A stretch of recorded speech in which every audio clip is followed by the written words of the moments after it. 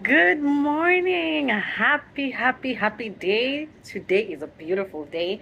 You know what I've noticed? I'm wearing black a lot. So maybe I need to change my colors. But I just feel like every time I go to my closet, the one thing that jumps out of me is a black dress or a black sweater dress or a black something. But we're not here to talk about dresses. We are here to talk about your career. My name is Joanne Marime. I'm a career and confidence coach. I am based out of Austin, Texas. And I am a career strategist who's going to help you land your dream job. So if you are an early career professional, that is between 21 years and 40 years old, looking to land your dream job before the end of the year, I urge you to do something today.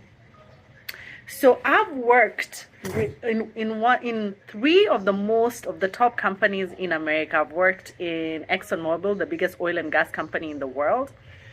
I've worked at Amazon in AWS, and now I work at Microsoft as a senior program manager. So what gives me the authority to tell you about your career? It's because I have lived it.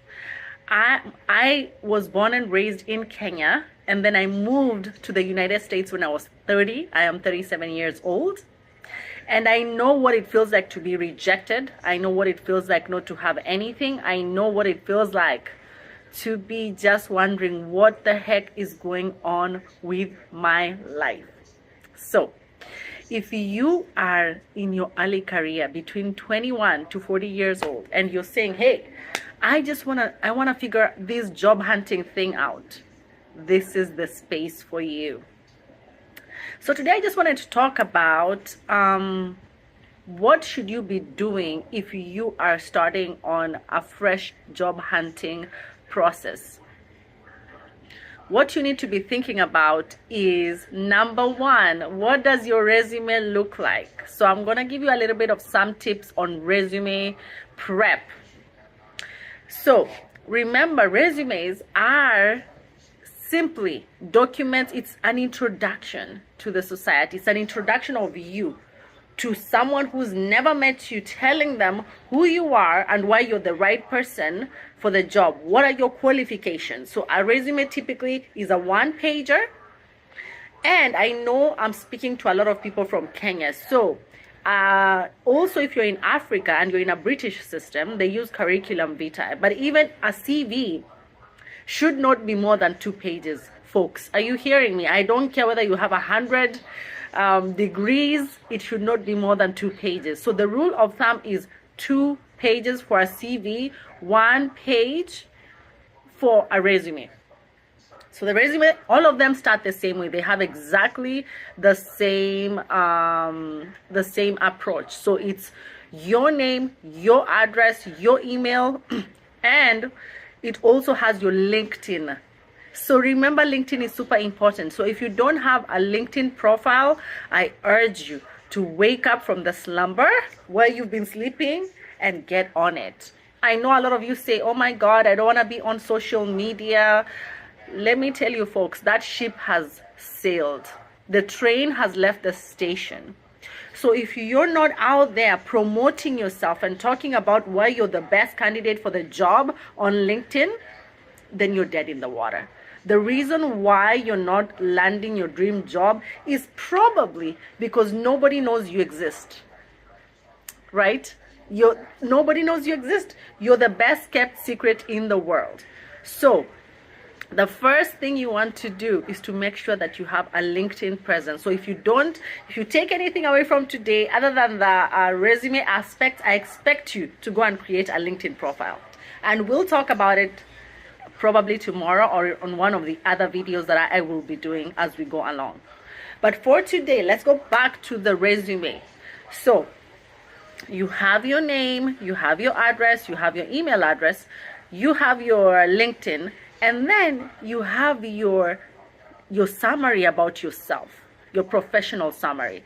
It needs to be kick-ass. It needs to give me chills. When I look at it, I should be like, let's get this person like yesterday. And please don't put too many things there. It should probably be 1 or 2 sentences, at the most 3 sentences, telling us why what is it that you do, who are you as a person, right? So make sure that your professional summary automatically talks about who you are, and how many years of experience probably do you have, and what are the skills that you're bringing to the table. And then right after that, we go down to the next thing. The next thing is your experience. You start in chronological order with where you're working today, going all the way backwards until when you left probably university, undergrad. So again, if you have a lot of experience, you don't want to put everything, because not all those things will fit into one page. So pick and choose wisely the ones that you think are relevant, and then put them there. The ones that speak to the role that you're going to be applying for.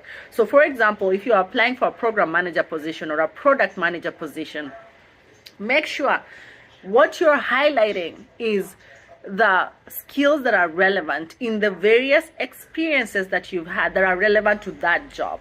Okay?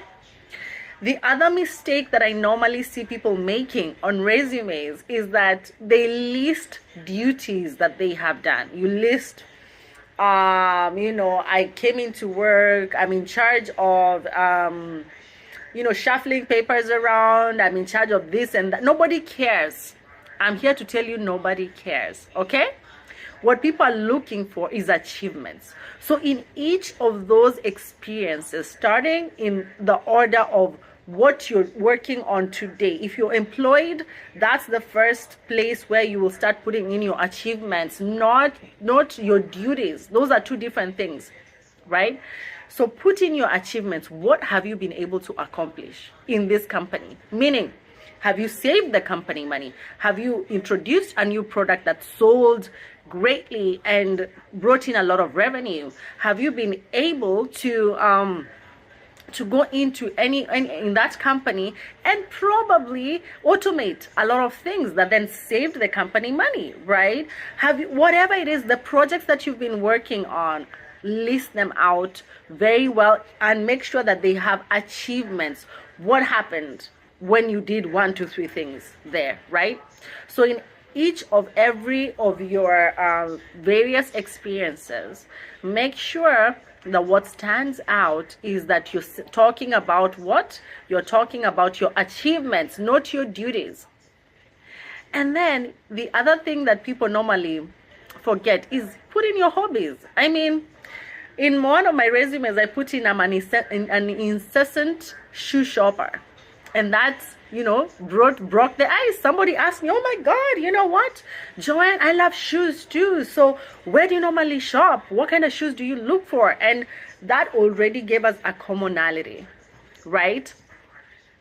So basically what I'm trying to say is that make sure your resume is following that order. The second thing is, remember, in the day of AI, right now we are in the era of technology. Whoop whoop, Microsoft, here we go.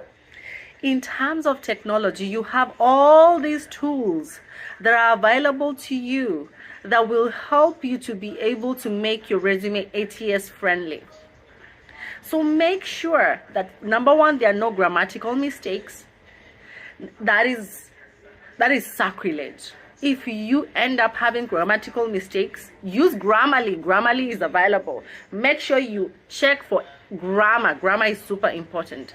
Secondly, make sure that it's ATS friendly. It's hitting all the various points and the various key notes that are supposed to be hit. It's almost like you're in an orchestra and you want the orchestra to be able to just hit all those high notes. That's your resume should be speaking to the person who is going to hire you. If I, as a hiring manager, was to look at your resume, my first impression should be, I need this to interview this person right now, today, tomorrow, as soon as possible. All right. So my mission for you today is I want you to go, and if you have been sleeping and if your resume has not been getting any traction, that means there's something wrong. Your resume needs rework. So if you're interested in working with me, I'm taking in 10 excited, amazing people who are ready to work with me starting 1st of November.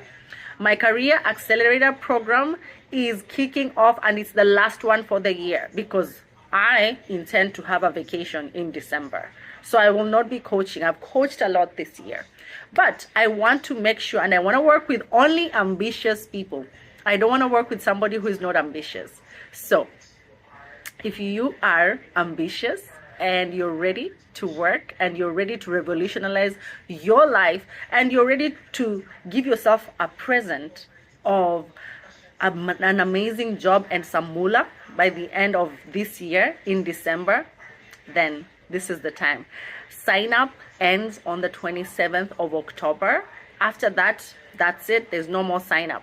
So if you're interested in working with me, go ahead and DM me, and I will send you the details, and then you'll book a call with me, and then we'll talk about how you can register on the course, because I want to make sure you're the right person and that you're ambitious enough to get into my program, because it's intense. It's going to be 4 weeks. We're going to have 2 lessons every week, and there's a lot of work for us to get done. Okay?